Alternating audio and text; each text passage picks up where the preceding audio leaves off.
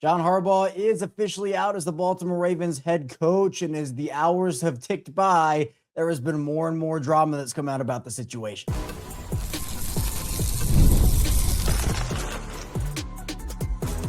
You are Locked On Ravens, your daily Baltimore Ravens podcast. Part of the Locked On Podcast Network, your team every day. You are Locked On Ravens. Welcome in to the show. I'm your host, Kevin Oestreicher of Ravens Wire, here with you on the Locked On Podcast Network, your team every day. And now the number one sports podcast network. Appreciate everybody for being here, making Locked On Ravens a part of your day. We have 5 days a week plus more of daily Ravens coverage here for you on Locked On Ravens, even through the offseason. And we're already off to a hot start this offseason. It's been just a couple days, and John Harbaugh is officially out as the Ravens head coach. That news coming down on Tuesday afternoon. And now here we are, the show coming out on Wednesday morning, and a lot more context has been provided on Harbaugh's departure. So we'll talk about the Ravens, Lamar Jackson, Todd Monken, John Harbaugh drama being shared and what the latest is. We'll also talk about a head coach candidate list already sneakily forming for this Baltimore Ravens team, with some candidates already being linked to Baltimore in one way or the other. And then we'll talk about next moves, not just from a coaching perspective, but also player personnel perspective, GM. We'll talk a lot here just about the general implications of this John Harbaugh move. Thanks again for being here. Today's episode of Locked On Ravens is brought to you by FanDuel. Before tip-off, check the FanDuel app and see what's dropping during NBA Happy Hour every Friday from 6 to 7:30 p.m. Eastern. Man, I still in shock. I'll say that much. We had an amazing reaction, an instant reaction live stream here on Locked On Ravens right after the news dropped. It was our most successful live stream ever in terms of concurrent viewers, over 1,100 people consecutively watching. And, that stream was unbelievable. A lot of people sharing their thoughts and giving head coaching candidates. And so those are awesome. And again, we do instant reaction streams for every single piece of big news. And we will have more of those, I'm sure, this offseason. And we're going to have for the new head coach, new coordinators, and everything in between here. But there were a lot of emotions in that stream. And, as you keep kind of getting further away from the actual firing happening. For Harbaugh, what he brought to this team for 18 seasons, it didn't end the way that everybody wanted it to with a Super Bowl. And, you see all these social media posts and edits about, maybe John Harbaugh and Lamar Jackson won a Super Bowl in another life. And this is a what have you done for me now lately league. And honestly, that's what life is, right? It's what have you done for me now lately, that, sometimes what you remember most about someone is what they have done lately. And for John Harbaugh, unfortunately, it was lack of playoff success. And this year being so disappointing with the missing the playoffs and everything.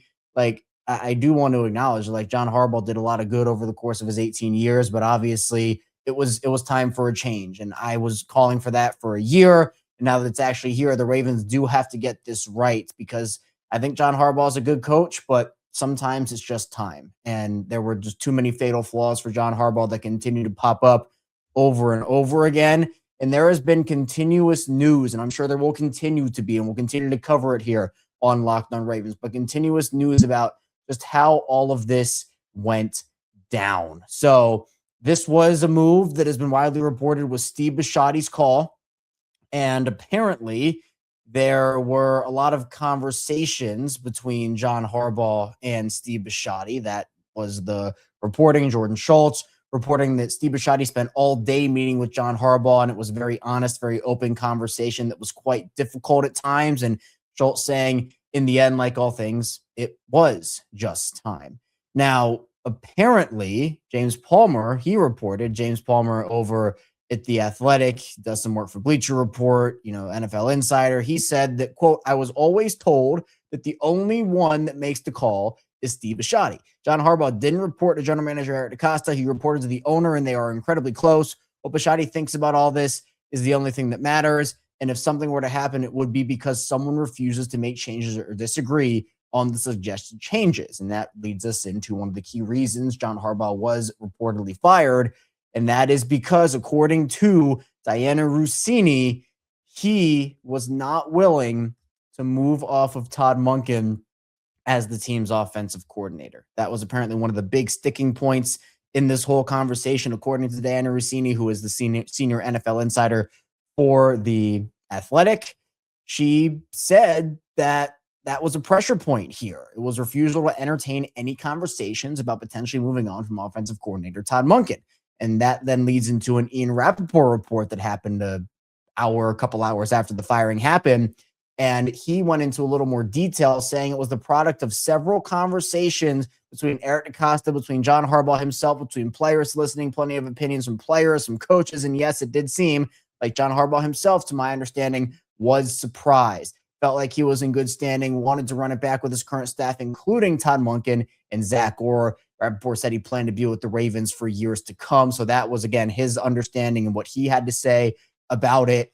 But then there was a little added on, because apparently it wasn't just all about Monken, according to Ian Rappaport. Rappaport said, and this is where some of the drama kicks in, among the reasons, this is what it says, quote, among the reasons, it is not just they didn't go far enough in the playoffs. Simply, Harbaugh lost the locker room. At the end, players just simply had doubts about whether they wanted to play for him as their head coach. The opinions of players was valued here. It was listened to. And it's not just Lamar Jackson. Now it sounds like sounds like to me with Harbaugh and Lamar Jackson not being on the same page, and it continued throughout the locker room. Maybe not 100%, but more than enough for the Baltimore Ravens to say those are among the reasons that they wanted to move on. So we're saying here that Lamar and Harbaugh not being on the same page was a reason. And then there were other notes. Jeff Zrebiec at The Athletic reporting that John Harbaugh actually served as a buffer between Lamar and Todd Monken, and apparently those two also were not on the same page. And Zrebiec went into detail saying, quote, everything here points to something in the last couple of hours changing. By all accounts, most people expected that John Harbaugh would continue to be their head coach moving forward. I know it had something to do with staffing, and then went into a little bit more detail. Said it's very clear that John Harbaugh wanted to keep Todd Monken. Lamar Jackson, I think, and Todd Monken's personalities, I don't think meshed very well at times. I think John was the buffer between the two for much of the year, much of the last couple of years. It's not that they hated each other. The manner in which this, and then, he talked about the manner a little bit and said, quote, the manner in which this kind of went down was a little shocking. And I know it left people in the building pretty disappointed. And it's interesting. And actually, there was an account that's associated with Lamar Jackson that commented on the post that was put out. Bobby Trossett put the post out originally, so they responded to Bobby's post and said, hate to say you're wrong here, respectfully. So, again, that's just what Jeff said. And, again, we'll probably get stuff cleared up. We're, again, less than time I'm recording this. We're obviously less than 12 hours after this whole situation happened. So we're still going to get more news and more notes on everything. But, again, it seems like this was a call from Steve Bisciotti. Like, that is essentially confirmed here. And there's also something interesting, because there are a lot of rumblings with Harbaugh, and that, like 7 teams or 9 teams have already been interested or reached out to Harbaugh's agent and whatnot. And there's been a lot about Harbaugh potentially going to the Giants. I think Harbaugh personally gets scooped up pretty quickly. There have been a lot of reports specifically from within the New York media about the Harbaugh situation. Ian O'Connor over in the New York media, he's over at The Athletic. He said John Harbaugh has a high regard for the Giants job and for Jackson Dart. Giants have him number 1 or close to it. And apparently, O'Connor believes that he hurdles Kevin Stefanski. But the New York media report I find interesting comes from Gary Myers. And he is someone that is plugged in. He's written books on the NFL, and he's from Dallas. He's ex-Dallas Morning News and is in the New York media contingent here. He said that there are a couple of John Harbaugh nuggets. One, he's expected to start interviewing by the end of the week. 9 teams have already made inquiries, and there are only 6 openings. So and that's not counting the Ravens. So there are more teams that potentially could fire their head coach to move on John Harbaugh. But here's the interesting point here from Gary Myers. Gary Myers saying, quote, I hear firing Harbaugh was solely Ravens owner Steve Bisciotti's decision and went against his front office, who were unable to talk him out of it. So again, like, all indications apparently from what we've heard from local media, from national media, some of the inclinations was that a lot of people expected John Harbaugh back. And that was apparently the direction it was trending, according to everything that we've been hearing here over the last 12, 24, even before this happened, like 24, even 48 hours. Once Harbaugh even before the game on Sunday. But man, I actually just thought about it. Like the Ravens literally just played a game and Harbaugh's already out. That's side note. That's kind of crazy to think about. Like that game feels like it was 10 years ago now with all this news. But it's interesting. And I don't know if like DaCosta didn't want him to go or some of the other higher ranking officials in the front office didn't want to go. But again, like with the reporting, we now know that that was solely Steve Bisciotti's call. And that is who John Harbaugh reported to, not Eric DaCosta. We know that Eric DaCosta and John Harbaugh are neighbors, they're friends, and Steve Bisciotti and John Harbaugh are friends. They're very close. Like I'm sure like this was not an easy decision. And that's what Steve Bisciotti said in his message. But the other thing Gary reported, which lines up with the other reporting, is that Harbaugh did not have a problem with Lamar Jackson. The issue was between Jackson and Todd Monken. So, there's a lot of different reports coming out saying different things, contradicting each other. I'm just trying to put it all out there so that we can analyze what's being said by everyone. And then I'm sure, again, over the next couple of days or a couple of months, probably a couple of weeks, I'll probably go in between days and months to weeks. Over the next couple of weeks, we will probably have a lot of this cleared up. I'm sure John Harbaugh by that point will have a head coaching job and we'll be able to speak to the media, or Harbaugh will have made an appearance by then, or a couple. I'm sure the Ravens will have made an appearance. So the Ravens will probably have a head coach in the next couple of weeks. And then we can kind of have that conversation.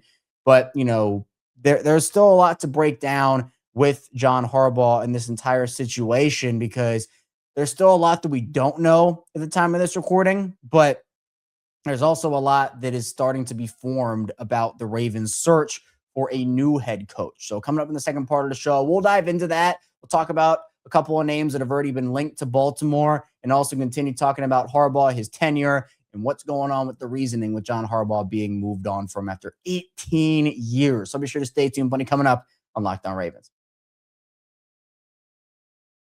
First, the show is brought to you by Ultimate QB Football Legend. Hey guys, the draft picks positions are set and so many teams are looking for their franchise QB. Everyone should become a pro QB, getting drafted first overall by the Ravens. Well, now you can. There's a mobile game just for you called Ultimate QB Football Legend. In this game, you step into the cleats of a number one draft pick quarterback, and it's your job to lead your team to greatness to help turn a failing franchise into a dynasty. This is the number one QB career mode game on the mobile app stores, and it introduces the most realistic environment with full career control. Sign contracts, train and upgrade yourself, build chemistry and evolve your teammates, give input to your GM on roster moves, play the actual games in 2D, and rise through the ranks to become a pro football legend. You'll deal with the ups and downs of a QB career, from rookie nerves to playoff drama, and every choice shapes your journey. Ultimate QB is totally free to play, has no ads, and works 100% offline. Perfect for when you want to sneak in a quick game or two on the go. Just head over to ultimate-qb.com. That's ultimate-qb.com, or search for Ultimate QB in your app store. And we've got something special just for you guys. Use the promo code LOCKEDON, all caps in the game store, to get a free boost at the start of your career. Ultimate QB Football Legend,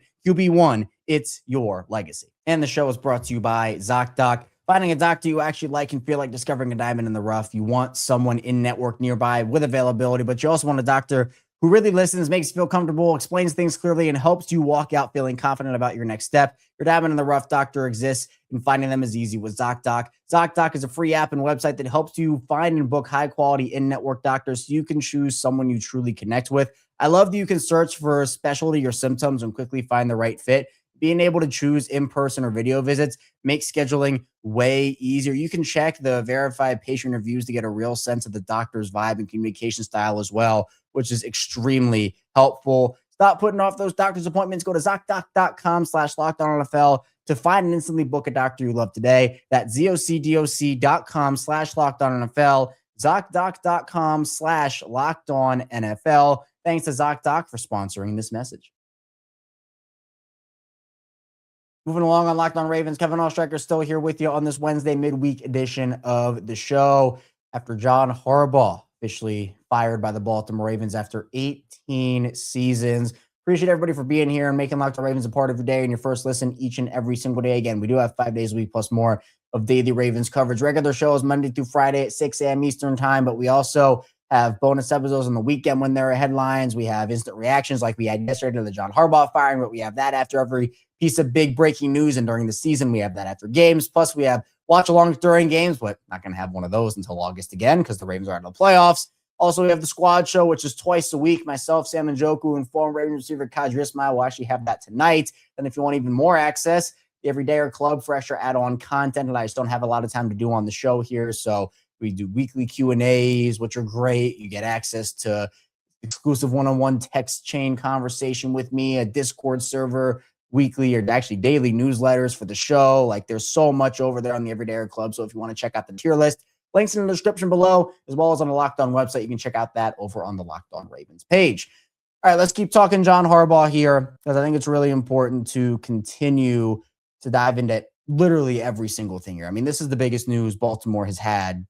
I mean, this is the biggest news I've had to cover personally. I mean, since I took over the show in 2019, and the Lamar extension was massive and that was huge. If a Lamar trade had happened, that would have been the biggest piece of news I would have to cover. The Lamar extension was the biggest piece of news I've ever covered. Now it is this, because it's just so many ripple effects throughout not just Baltimore, but the entire league, literally the entire league. So we'll see how this whole thing unfolds, but Jets Rubeck reporting as well that as of midday on yesterday, but again, probably like 3 to 4 hours before John Harbaugh was fired, several people around the Ravens felt that John Harbaugh was returning. His conversations today with team owner Steve Bisciotti yielded a different result. And Jets Rubeck doubling down on the fact that, this was not a mutual decision. Like in Steve Bisciotti's statement, it was very clear. I read that out on the Instant Reaction show, and it's a long one, essentially thanking John for his, work he's done in Baltimore for the last 18 years. It was a really difficult decision, et cetera,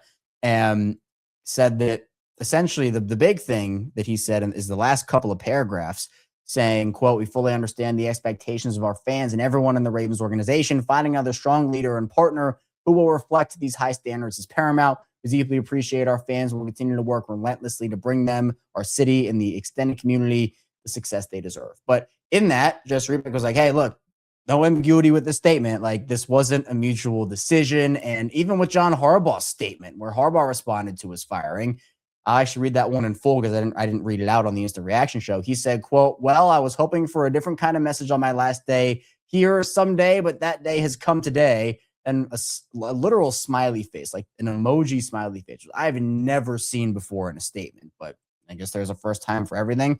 So smiley face, it comes with disappointment, certainly, but more with gratitude and appreciation. Gratitude to the owner and organization who was willing to bring in a head coach who made his mark with special team success, difficult thing to do, and appreciation for all the moments, all these years that are etched into eternity. I hope a legacy built on faith, always fighting, always believing. Values built into an organization through a team that are worthwhile, good and lasting, and that are admired by fans and foes alike. Meaningful and impactful relationships with players through the years that I will cherish always. Grateful for their strength and courage. Loyal partnerships in this wonderful building that grew into strong friendships through the toil and tempest of the job every day. Mostly to my treasured family, my Ingrid and my Allison, who are beyond compare in every way, and loves of my life, and my close-knit family and good friends who stick with you no matter what. Finally, to the author and finisher of our faith, gratitude for a journey beyond anything I could have dreamed of on my own, all as well with my soul, because of the good God who guides and sustains me, John Harbaugh. So that is his full statement, read out in full. And again, like, definitely didn't seem like this was the way it was going based off of all the reports. And, with everything that kind of happened here, it seems like this didn't only shock people within the Ravens organization, it shocked people within, the entire NFL community. And, there have been a couple of former and current. I mean, the current Ravens players have responded. Marlon Humphrey responded. Brent Urban responded. Charlie Kohler actually was on the Ryan Rickman show. I was on there, doing the show with them. And Charlie Kohler came on and he talked about, John and everything. And, the messaging has been like a lot of respect for John Harbaugh and, a lot of gratitude, I guess, right? That's the word I'll use, gratitude and respect for what John Harbaugh gave them. And, I'm sure that if Rappaport's report is true and Rappaport's report is true, he lost the locker room, maybe not every player feels that way. But I think the bigger conversation here, because look, the Ravens are done with John Harbaugh. They're moving on. And, we're still going to have a lot of conversations about John in the coming days and a little more on the show as well, obviously. But now the attention turns to, well, who is going to be the next head coach of this team? And there are already a lot of names. And again, if you're with us in the video form on YouTube, you can put your names in the comments. If you are with us in audio form, be sure to send me a message on social media. I'd love to talk about it. And if you're in video form, you want to send me a message, we can do that too. Follow me on social media, by the way, Chaos Striker 34, Twitter, Instagram, TikTok, and we're doing Facebook this year at Kevin Ostriker. So have that as well. But Diana Rossini, not that long after Harbaugh was fired, said, quote, Amid recent league-wide buzz about Cliff Kingsbury's future, many believe Baltimore paired with Lamar Jackson would be an ideal landing spot for the now former Commanders offensive coordinator. That will be a name to watch. I don't love, I mean, as an offensive coordinator, like, okay. As a head coach, I'm not really in favor of that one. If we're being honest, Adam Schefter also, he was on ESPN after the firing and he threw out a couple of names. He's, because Mina Kimes was talking and everybody was talking on the panel. And Jesse Minter was brought up, Chargers D coordinator, who obviously has ties to Baltimore. He was in Baltimore. And Adam Schefter said, quote, "I think Jesse Minter is a spot-on nomination, selection, discussion," and then said another coach I expect to get interviewed for the job would be Dolphins defensive coordinator Anthony Weaver. So a couple of coordinators who have ties to Baltimore. Weaver's obviously been a head coach before in Houston and obviously was a player for Baltimore. He was a player for them and has ties to Baltimore as well. There are a lot of other names that make sense for the Ravens. It's just going to come down to honestly what they want. And the big thing here for the Ravens instantly become the most attractive head coaching opening, and it's not close. The Ravens can get anybody they want if whoever's available, coordinators, head coaches, whoever it is. Baltimore, they are the most attractive head coaching opening now. It is not close. And they have an opportunity. If they want a guy, they can get that guy. Like, that is how attractive this opening is. I think they can outdo any other opening right now by a really wide margin. That gives them a lot of leverage and honestly probably makes their job a lot easier in terms of hiring a guy. If they focus in and laser in on a guy, I think they won't have a problem getting them in the building if there is mutual interest, because I just don't think any other team can compete unless they want to throw a ton of money at this coach. And so, do you want to go with a younger guy, less experienced, maybe a Clint Kubiak, who I know is getting a lot of buzz right now, or some of those other up-and-coming coordinators, Matt Burke in Houston, who's not getting a lot of run, their D coordinator, like that Houston defense has been incredible. Like, I'd be on board with that. I know a big popular name. I would love Brian Flores in Baltimore, and Jesse Minter obviously falls into the young up-and-coming coordinator category as well. I think Brian Flores would be a really interesting name. That's a guy that I think could really come in here. You want to get your D, because there's been so much talk about the offense, right? There's been so much talk about the offense. But now I think that genuinely you need to figure out your defense and just get that back to a physical group. I mean, I was embarrassed watching this Ravens defense this year. And just for the record, because I know people have asked and are continuing to ask, so I just want to put it out there. The fact that John Harbaugh was fired also means that all of his coaching staff is fired as well. Like, when you fire a head coach, you're firing a lot more than just the head coach. You're firing that entire staff essentially, because a coach that comes in, he's going to want to go and get in all his guys. There aren't going to be a lot of holdovers, if any holdovers. I'm sure maybe a couple, maybe lesser, maybe a position coach or two will stay, but I genuinely do not think that Todd Monken or Zach Orr are returning. Those guys have most likely coached their last games in Baltimore, because I think with firing John Harbaugh, they have also fired Todd Monken. They have also fired Zach Orr. They fired essentially all of their coaching staff here. So it's going to be a pretty deep clean, a pretty deep reset here for that staff. I do expect, Steve Bisciotti obviously to have ultimate authority on that head coaching search, but I think Garrett DeCosta will be involved. I think Lamar Jackson's input will be valued as well as maybe some of the other veteran players on that team. But the names that a lot of people are looking at right now, the big three, it's Clint Kubiak, Brian Flores, and Jesse Minter. I've seen other conversations. I actually got a lot of comments in my chat when we did the reaction show about Rex Ryan. I'm not sure I'm on board with Rex Ryan. I saw some Mike McCarthy in there. I think Mike McCarthy is just John Harbaugh. Like, I don't think that I think you need to get a guy. Like, again, I'm fine with the delegator if the delegator does it properly. And I think as Harbaugh's career went on, he just honestly got worse at doing it. But there are some other options. You can go to maybe the college ranks and would Curt Cignetti leave Indiana, or Marcus Freeman, is he leaving Notre Dame? Like, there are some of those other options. I don't think that those guys would leave, their posts, but maybe I'm not sure. I'm not sure. So it's crazy that this is real. I genuinely, and I said it multiple times on the instant reaction show, I was just losing hope that the Ravens are going to do that. I had lost it, honestly, that the Ravens were legitimately going to do this. But again, I think that breaking point was Steve Bisciotti, and and I guess the wanting to bring Todd Monken back. And honestly, with him doing that, like just to think about that from a perspective of like why and kind of it's fitting, honestly. That's one of the main reasons Harbaugh was fired because, you know, it just felt like he was, and I saw this multiple times on social media, it just felt like he was comfortable, right? It felt like, especially with the mindset he had earlier before the season started with calling the Super Bowl or bust aspirations from the fan base, phony and garbage. Like it genuinely just felt like he thought he was safe. And that's what the reports say, right? He thought he was going to be in Baltimore for years to come. He thought he was going to like stay with the team. I mean, no, you can't just do whatever you want and expect to stay, especially when the result has not been there for you. 3 playoff wins in 11 years and, haven't made it out of the AFC since 2012. That is not going to fly. So coming up in the final part of the show, we'll continue talking names for the head coaching vacancy in Baltimore. We'll do a little reflection on John Harbaugh's tenure, kind of talk about where it went wrong, why this had to happen, and in my opinion, why it was the absolute right thing to do. So be sure to stay tuned. Plenty coming up on Locked On Ravens.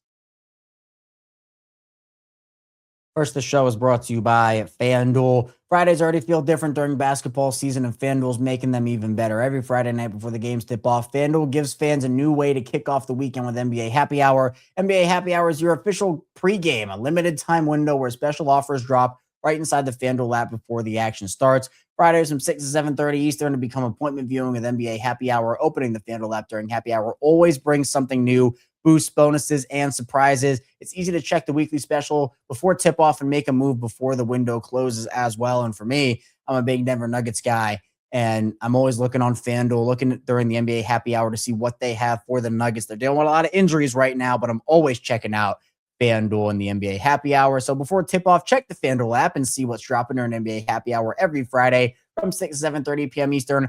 Little basketball, little action, and a whole lot of Friday energy. That's NBA Happy Hour only on FanDuel, the official sportsbook partner of the NBA. Continuing on Locked On Ravens, Kevin Oestreicher here with you on this Wednesday edition of the show. First show of the post-John Harbaugh era after 18 seasons. We had our instant reaction earlier yesterday, but this officially starts a new era. And it's unbelievable. I mean, John Harbaugh, I took over covering this team in 2019. And, it's been crazy. Obviously, I've been a lifelong fan, so I knew other coaches before John Harbaugh. But, still, like 18 years is an extremely long time and something that, like, you never see that in sports anymore. Like, you're lucky if you make it to 5 years, the current landscape here. Like, that's how crazy the coaching cycle is, and that continuity for John Harbaugh, like, it is extremely impressive. But it was just time. So we're going to have you covered here on Locked On Ravens through all this, through, again, the end of John Harbaugh's tenure, through the beginning of the next coach's tenure, the staff that they build, and the roster that happens here and that gets, some players will leave, some players will come in. You got free agency in the draft. We have you all covered here on Locked On Ravens. This is episode 1,678 consecutively. I've never missed a show since taking over in 2019, and it's been a wild journey here and just another chapter with John Harbaugh being out in Baltimore. And if you have a friend or a family member who's a Ravens fan or wants to do the Ravens coverage, be sure to send them over our way. And again, you can follow me on social media, CashRicker34, Twitter, Instagram, TikTok, the whole 9 yards. Also starting up the Facebook this year, so be sure to find me over there at Kevin Oestreicher. But let's keep talking about this. Josh Rubeck made a lot of points over the course of yesterday, and one of them was the fact that Harbaugh didn't even really have time to inform his staff. I mean, that's kind of how quickly this all came together. Rubeck said, quote, that John Harbaugh didn't have a chance to inform his staff of his firing is proof of how quickly this all went down. Neither side was prepared for this outcome today. Ravens team president Sashi Brown and general manager Eric DeCosta informed Harbaugh's staff of his departure. So again, just like kind of crazy. And, there have been multiple different people, Jeff among them, who have said that the situation was kind of handled weirdly. And, Jeff, I think, said he didn't even like the way it was handled. So it's tough. But Bisciotti saying in a statement at the beginning, he said, quote, following a comprehensive evaluation of the season and the overall direction of our organization, I decided to make a change at head coach today. I informed John that he has been relieved of his duties. This was an incredibly difficult decision. And I understand it. Like, look, I think John Harbaugh has an opportunity to go somewhere, whether it's New York, Cleveland, wherever. My hot take, this is an extremely hot take. I don't think it's going to happen, but that's why it's a hot take. Cincinnati fires Zach Taylor and hires John Harbaugh. Now, I don't think it's going to happen because Cincinnati has a reputation around the league of being cheap, and John Harbaugh is going to demand a big contract. And I think they're content, but that'd be wild if they were to do that. That's my hot take, but I think it'll probably be New York. But he'll have opportunities. And honestly, like, again, everybody's looking at the Andy Reid comparison where he was fired from Philly. He went to KC. He's had a great chapter of his career in Kansas City after closing it out in Philly. And I think Harbaugh can have that same thing, but that doesn't mean that he was the right man for the job in Baltimore anymore. Because when you do like lose the locker room, when your messaging is stale, when the players aren't buying in anymore, that's when you need a reset. That's when you need a reset.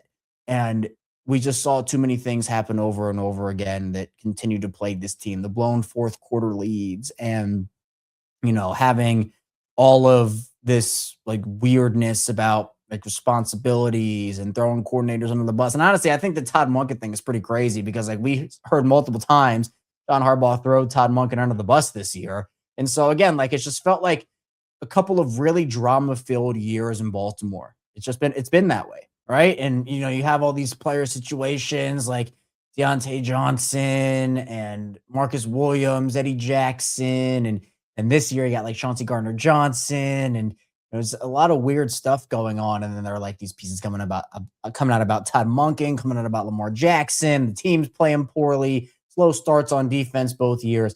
It's miserable. It was miserable. And that culture that John Harbaugh was really known for, all of a sudden, like the foundation started to crack. Like genuinely, it started to crack. And we saw that. I don't know what went on in that locker room or in that organization, but you could just tell looking from the outside in even like this was genuinely what was going on. And, you need to figure out the stuff off the field if you're going to win on it. And they never did over these last couple of seasons. And so I do think that Steve Bisciotti, he made a choice here. He chose Lamar Jackson over John Harbaugh, and it was the right decision. It 1,000% is. And, whichever coach will come in will have an opportunity to coach Lamar and have an opportunity to work with him, the staff. And if it is a bright young offensive mind calling plays, or if it's a defensive guy and he can get that defense back, I just think that it was just time. It was time. And I'm glad because, again, if you've been listening to me on the show for years, you know that I don't like complacency. I want this team to continue to strive to be better than they were the last year. And this is 2 straight years of them going backwards. And that's not acceptable when you have a quarterback like Lamar Jackson, who, by the way, happy birthday to Lamar Jackson. He's 29 years old today. And, he's not getting any younger. So you need to be able to maximize having a generational quarterback. And I think, honestly, we talked about the Shield situation on the live show, but Shield is now gone from Eric DeCosta. All attention turns to him, what he needs to do to build out this roster, offensive line and pass rush, right? I think he did a lot of good things with the roster this offseason. We talked about that, but there are also bad things he did, and we talked about those and said if those things go wrong, it's going to derail the team. And guess what? They went wrong, offensive line and pass rush. So, with Greg Roman and John Harbaugh, the Greg Roman shield was removed from John Harbaugh. He couldn't get the job done. Now the John Harbaugh shield was removed from Eric DeCosta, and all attention turns to him now. But we're going to see how this situation continues to unfold. I know I've said it probably 15 times over again. Todd Monken, actually, before all this went down, was requested to interview for the Browns head coaching vacancy. So, obviously that's something that maybe he will take, and we will see if the Ravens will be playing Todd Monken twice per season. But, like a lot of these guys, seems like the messaging was like they respected John Harbaugh, but we didn't like get a lot of commitment from guys after the game that like, yeah, this is the guy I want to go to war with. This is the guy I want to fight with. It kind of felt like, yeah, we'll kind of leave it up to the team, and that just kind of is what it is. So it's crazy we're here. Like, I genuinely didn't believe it. I genuinely didn't think that they were going to do it, but they did. And we'll have you covered here on Locked On Ravens with all the latest news and happenings. That's all I have for you here today on Locked On Ravens. Thank you so much for tuning into the show. On the way out, be sure to like and subscribe button in video form and follow along and subscribe in audio form for 5 days a week plus more a day. The Ravens coverage coming up. We'll have the squad show later tonight with myself, Sam Njoku, and former Ravens receiver Kadri Ismail at 7:30 Eastern. And then, of course, we'll be back tomorrow with our regular edition show at 6 a.m. So be sure to stay tuned. I'll see you right back here soon on Locked On Ravens.